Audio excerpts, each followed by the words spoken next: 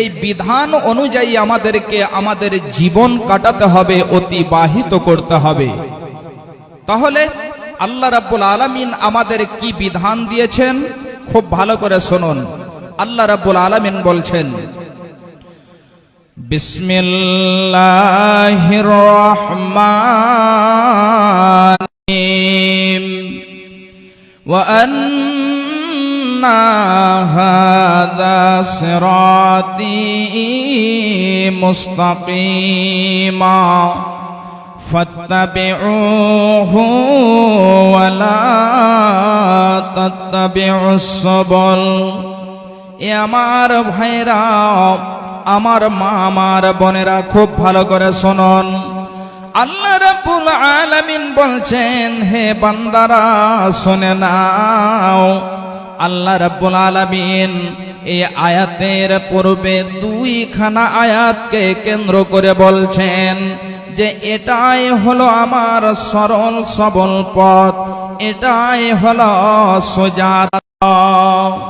হে আমার ভাইরা, আমার মা, আমার বোনেরা, আল্লাহ রাব্বুল আলামিন এই আয়াতের পূর্বে যে দুইখানা আয়াত বয়ান করেছেন, খুব ভালো করে শুনে রাখুন। ওই আয়াতকে কেন্দ্র করে বলছেন যে এটাই হলো আমার সোজা পথ। আল্লাহ রাব্বুল আলামিন বলছেন, বান্দারে ফাত্তাবিউহু ওয়া লা তাত্তাবিউস সুবুল, তোমরা এর ইত্তেবা করবে এবং অন্যান্য যতগুলো পথ রয়েছে ওর ইত্তেবা করবে না, ওর পেরবি করবে না, ওই পথে তোমরা চলবে না। যদি তোমরা চলো তাহলে কি হবে? ফাতাফাররাকা বিকুম আন সাবিলি যালিকুম ওয়াসাকুম বিহি লাআল্লাকুম তাত্তাকুন। আল্লাহ রাব্বুল আলামিন বলছেন, বান্দারে যদি তোমরা ওই পথের ইত্তেবা করো তাহলে তোমাদের পথ হারিয়ে যাবে, তোমরা পথকে হারিয়ে ফেলবে, তোমরা পথ থেকে বিচ্ছিন্ন হয়ে যাবে, আর তোমরা পথ খুঁজে পাবে না। একটি হাদিস আপনাদেরকে আমি তুলে দিচ্ছি, খুব ভালো করে শুনুন। বিশ্ব নবী মুহাম্মাদুর রাসূলুল্লাহ সাল্লাল্লাহু আলাইহি ওয়াসাল্লাম একটি লম্বা করে দাগ টেনে দিলেন, রেখা টেনে দিলেন, এবং ওই লম্বা রেখাটির দাগটের ডান দিকে এবং বাম দিকে ছোট্ট ছোট্ট করে দাগ টেনে দিলেন। বিশ্বনবী বলছেন যে এটাই হলো সরল সবল পথ, এবং ডান দিকে আর বাম দিকে যে পথগুলো রয়েছে এগুলো হলো শয়তানের পথ। এতে প্রত্যেকটি পথে, প্রত্যেকটি রাস্তাতে শয়তান একটা করে চাদর লটকে লটকে বসে রয়েছে। যখন মানুষেরা আসে মানুষদেরকে ডাক দেয়, হে আব্দুল্লাহ, হে আব্দুর রহমান, চলে এসো। যখন ওই আব্দুল্লাহ, যখন ওই আব্দুর রহমান, যখন ওই আব্দুস সাত্তার শয়তানের ডাকে সাড়া দেয়, তখন যেন শয়তান সবচেয়ে বেশি আনন্দ পায়। এবং শয়তান ডাক দিয়ে যখন মানুষ তার ডাকে সাড়া দেয় এবং সে এই পৃথিবীর মোহে, পৃথিবীর মোহাব্বতে, পৃথিবীর ভালোবাসাতে পড়ে গিয়ে সে সিরাতে মুস্তাকিমকে হারিয়ে ফেলে। যখন সে শয়তানের ডাকে সাড়া দেবে, শয়তানের ডাকে যখন সে চলে যাবে, তখন যেন তার পথ হারিয়ে যাবে, আর সে পথ খুঁজে পাবে না। আল্লাহ রাব্বুল আলামিন বলছেন, ফাতাফাররাকা বিকুম আন সাবিলি, বান্দারে যখন তুমি সে পথের দিকে চলে যাবে তখন তোমার পথ হারিয়ে যাবে, তুমি আর যেন পথ খুঁজে পাবে না।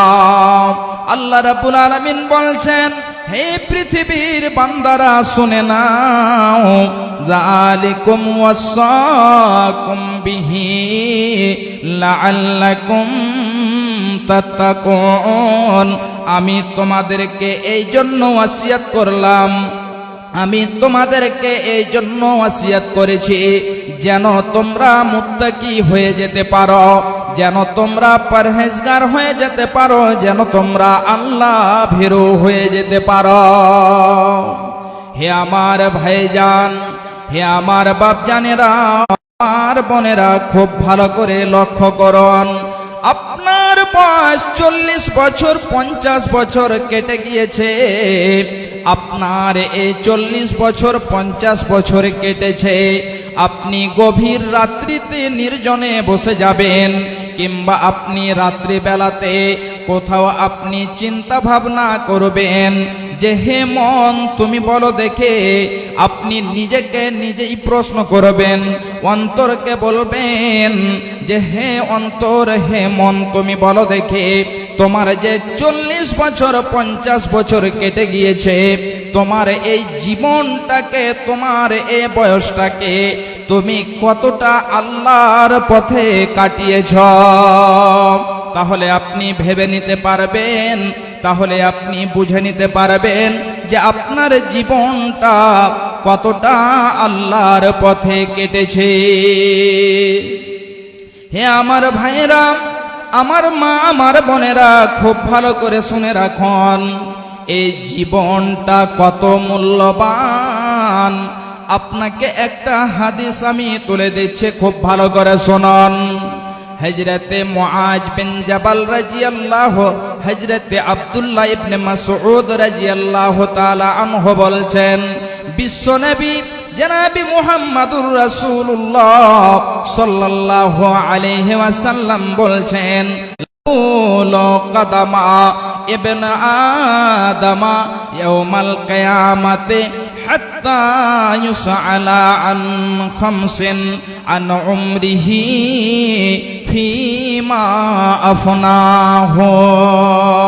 কাল কিয়ামতের মাঠে যতক্ষণ পর্যন্ত মানুষদেরকে 5খানা বিষয়ে প্রশ্ন না করা হবে, অতক্ষণ পর্যন্ত মানুষদেরকে এক কদম হিলতে দেওয়া হবে না, এক কদম নড়তে দেওয়া হবে না, যতক্ষণ পর্যন্ত সে 5খানা প্রশ্নের উত্তর না দিয়ে দেবে। হে আমার ভাইরা, হে আমার মায়েরা, বোনেরা, খুব ভালো করে শুনে রাখুন। প্রথম নম্বরে জিজ্ঞাসা করা হবে, প্রশ্ন করা হবে, আন উমরিহি ফিমা আফনাহু। বান্দারে, আমি তোমাকে 40 বছর 50 বছর 100 200 বছর জীবন দিয়েছিলাম, বয়স দিয়েছিলাম। এই বয়স তুমি কোথায় কাটিয়েছ? তুমি কোথায় অপচয় করেছ? বান্দারে, তুমি আজকে আমাকে হিসাব দিয়ে দাও। আল্লাহ রাব্বুল আলামিন কাল কিয়ামতের দিনে আপনার এই বয়স সম্পর্কে জিজ্ঞাসা করবেন, বান্দা তোমার সেই 100 বছর 150 বছর 200 বছরের জীবন তুমি কোথায় কাটিয়েছ? আজকে আমরা আমাদের জীবনকে, আমাদের বয়সটাকে, আমাদের সময়কে, আমার কালকে এমনিতেই কাটিয়ে দিচ্ছি, অপচয় করে দিচ্ছি। যখন আপনি বৃদ্ধ হয়ে যাবেন, বয়স্ক হয়ে যাবেন, তখন আপনি বুঝতে পারবেন। ভাইজান, বাপজান আমার, আপনার যৌবনকাল থেকে আল্লাহ রাব্বুল আলামিন যখন আপনাকে বৃদ্ধ বানিয়ে দেবেন, বয়স্ক বানিয়ে দেবেন, আপনি যখন বয়স্ক হয়ে যাবেন, আপনার জওয়ানি, আপনার যৌবনকাল যখন শেষ হয়ে যাবে, তখন যদি আপনি মাথা ঠেকে ঠেকে যদি আপনি জায়গাটাকে গর্ত করে দেন, সাজদা করে করে যদি আপনার মাথার যদি চামকে আপনি ক্ষয় করে দেন, আর যদি বলেন আল্লাহ তুমি আমাকে আমার সে যৌবন কালকে ফিরিয়ে দাও, তাহলেও আপনি আপনার যৌবনকালকে পাবেন না। এই জন্য বলছেন কদরে নিয়ামত বাদে জাওয়াল, যখন আপনার সেই নিয়ামতটাকে ছিনিয়ে নেওয়া হবে, আপনার যখন এই যৌবনকাল চলে যাবে, আল্লাহ রাব্বুল আলামিন যখন নিয়ে নেবেন, তারপরে আপনি তার মর্যাদা, তখন আপনি সেটার মূল্য বুঝতে পারবেন, কিন্তু তারপরে কোনো আপনার জন্য লাভ হবে না। দ্বিতীয় নম্বরে বিশ্বনবী আমার বলছেন